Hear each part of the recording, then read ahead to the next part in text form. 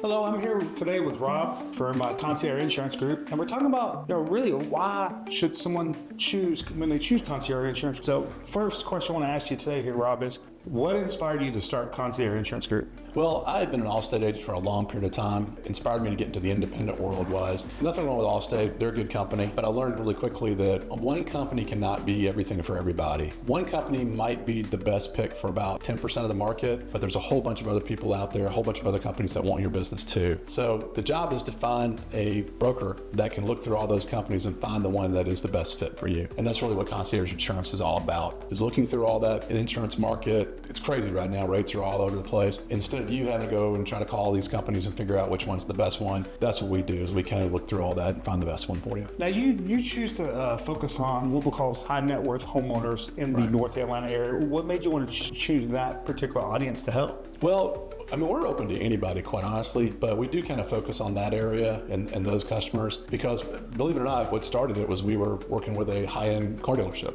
And so we sort of complemented what they were doing. And then we also became a Dave Ramsey endorsed local provider and found out there's a lot of people that Dave helps that have credit issues and things like that. And we're still all about helping those folks as well. But there's also a lot of people that have practiced those principles for years and have turned into high value people. So between the dealership, between the working with the Dave Ramsey people, and then also just generally our salespeople live up in the Milton, North Atlanta, Alpharetta, kind of in that area, want to help their friends and people with their insurance. You mentioned Ramsey Trusted. What exactly is the difference between, let's just say, a standard insurance agent here in the Atlanta area and a Ramsey Trusted? Like, what do you have to do to become Ramsey Trusted? They don't just give that away. You have to show that you follow all of Dave's principles. That's probably the number one thing, is that you're following those principles. The best way I can describe it, I can spend 20 minutes with you telling all the things that are described there, but the big thing he looks for is to have the heart of a teacher. Do you have the heart of a teacher? Are you just looking to make a sale? Or are you trying to educate people on it? And one thing that we do, our whole motto, people have big, I guess we call them corporate statements. What's your corporate statement? What's your mission statement? Our mission statement is really simple. We want you better off for having come our way, period. It's really nothing better than that. Hopefully you'll become a client, but even if you're not a client,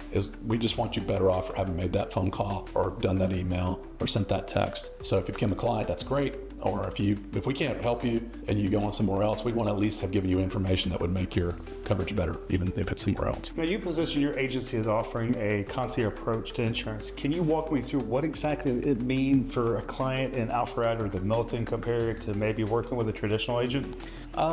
It's hard to compare, traditional, because I'll say this, most agents are captive. And so when you call them, they've got one company, one offering, that's it. A concierge approach is more of, hey, we've got some multiple things to look at. We've got multiple ways to look at this. It may be all with one company. It may be we split it up a little bit and say, okay, we got your auto over here. It's better put your homeowner's insurance over here. But it's more of that kind of a concept as opposed to one size fits all kind of thing. Now, what's the difference between, a captive and an independent insurance agent here in the North Atlanta area? That's a great question. As I mentioned, we talked about this earlier. I worked for Allstate for a long time. Again, nothing wrong with Allstate. But being a captive agent, you've got one company, one way, one of doing things. You don't have multiple outlets. You don't have multiple ways of getting to things. If your company decides to non-renew the homeowner's insurance, there's nowhere to go. You can't, put it with somebody else. By working with a broker as opposed to a captive agent, you've got more selection, more choices. One thing people don't think about when it comes claim time, when you work in a captive environment, if the company decides, hey,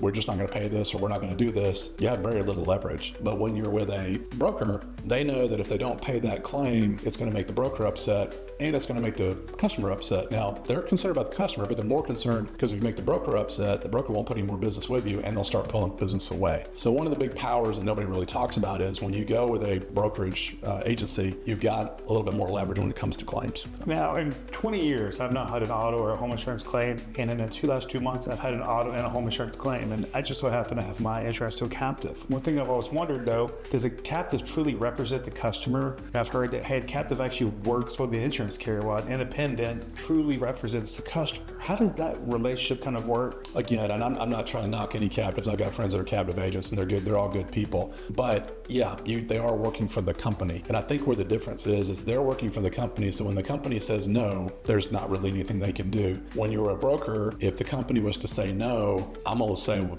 I want to continue this relationship with this company. I mean, I might not want to put in more business with them. So it's the difference. I would say you definitely have more of an advocate in a broker situation than you do in a captive situation.